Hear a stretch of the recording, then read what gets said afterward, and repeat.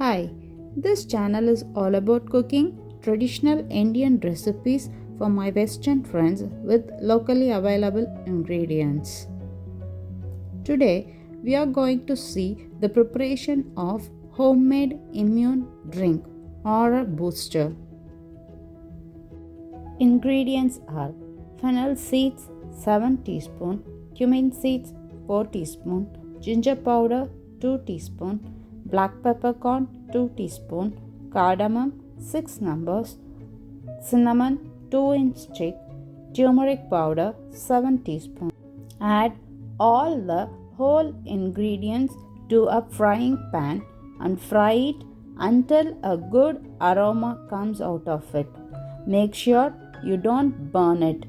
Burning the ingredients may cause a bitterness in the drink. Let it cool down before we blend it to a smooth powder. Now add it to a blender and make a fine powder. Transfer it to a separate container and add the powdered ingredients like ginger powder and turmeric powder. Give a good mix until all the powder is combined well. Now store it in an airtight container.